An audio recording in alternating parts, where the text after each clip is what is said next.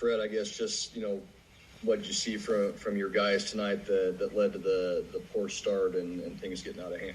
Out of hand there. Yeah, I mean, we talked at length about the importance of getting off to a good start against this team. It's a team, if you don't play well, they can embarrass you, and that's exactly what happened tonight. We had great looks early. Look at the first possession. We missed 2 layups and a wide-open 3 on the very first possession, and then we missed some shots that we had been making lately, and, they capitalized on them. Once we continued to miss, it started to affect us getting back in transition.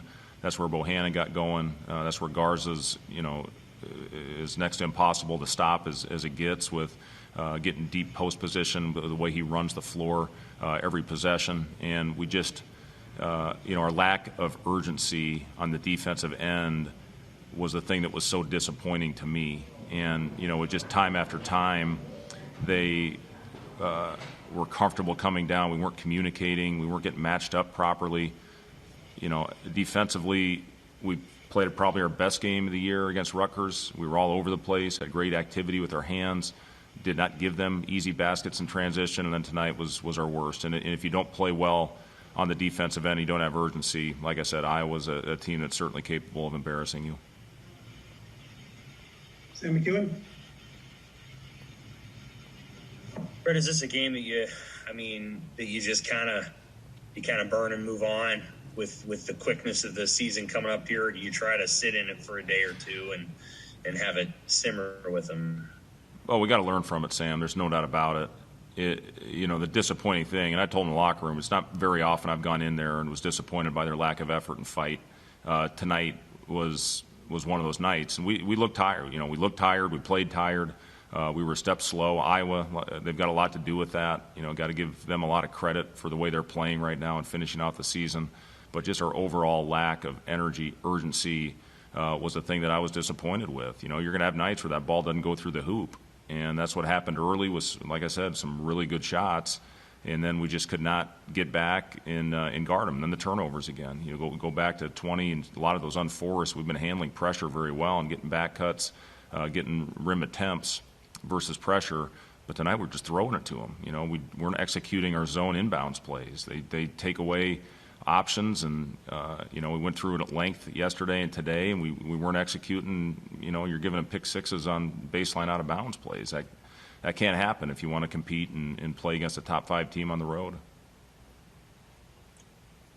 Kevin Washut? Are you able to explain why you played arguably your best game at Nebraska 3 days ago and then came back with that type of effort? I know fatigue obviously was part of it, but did you see anything leading up in the days prior, or even earlier today, that maybe hinted at this type of just effort from the guys?